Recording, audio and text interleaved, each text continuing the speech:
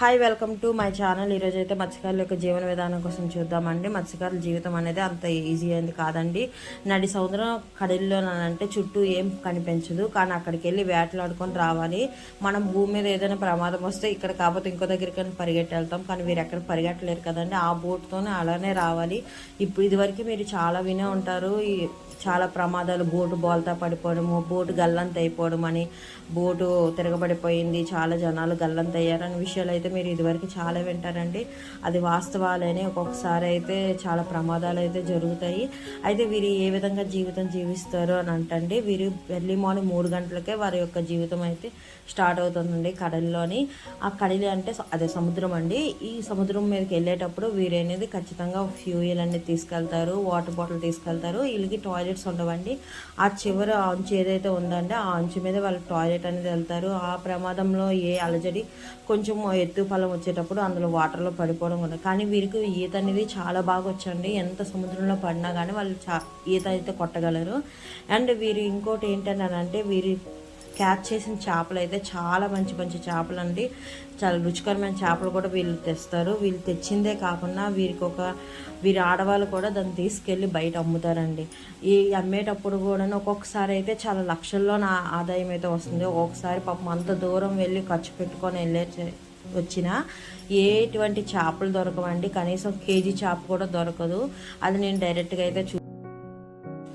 అయితే దీంతో పాటు అండి వీరికి ఏంటంటే, వీరికి ఒక్కొక్కసారి తుఫాన్ హెచ్చరికలు వస్తాయండి. ఆ హెచ్చరికలు కమ్యూనికేషన్ ద్వారా వచ్చినా కానీ అక్కడ నుండి కిందకి రావాలంటే ఈ అలల తాకిడికి చాలా కష్టంగా ఉంటుంది.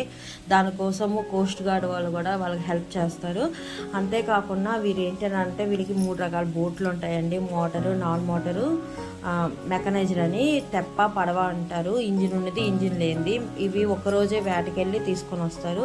వీరితో పాటు ఈ వేటకు వచ్చినవి వీళ్ళు లేడీస్ ఏమో అక్కడ తీసుకెళ్ళి వీధుల్లో నమ్ముతుంటారు. లేదనంటే ఒక దళారు ఆవిడ ఉంటుందండి, లేడీ.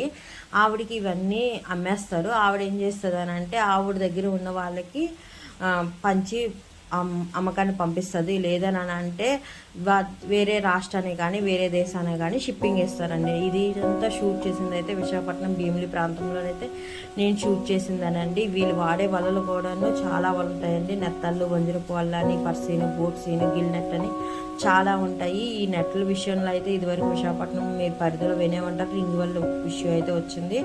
అంతేకాకుండా వీరికి కోఆపరేటివ్ సొసైటీస్ ఉంటాయండి. ఈ సొసైటీ వీరు మాత్రమే ఏర్పరచుకుంటారు. దాన్ని గవర్నమెంట్లో రిజిస్టర్ చేసుకుంటారు.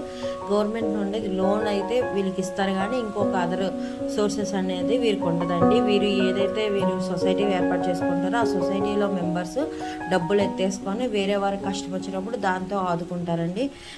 ఇది కాకుండా వీరికి ఏప్రిల్ 15 నుండి జూన్ 15 వరకు బ్యాన్ పీరియడ్ ఉంటుందండి. ఆ టైంలోనే వీరు వేటకు వెళ్ళరు. ఎందుకంటే సముద్రంలోనే బ్రీడింగ్ అవుతాయండి.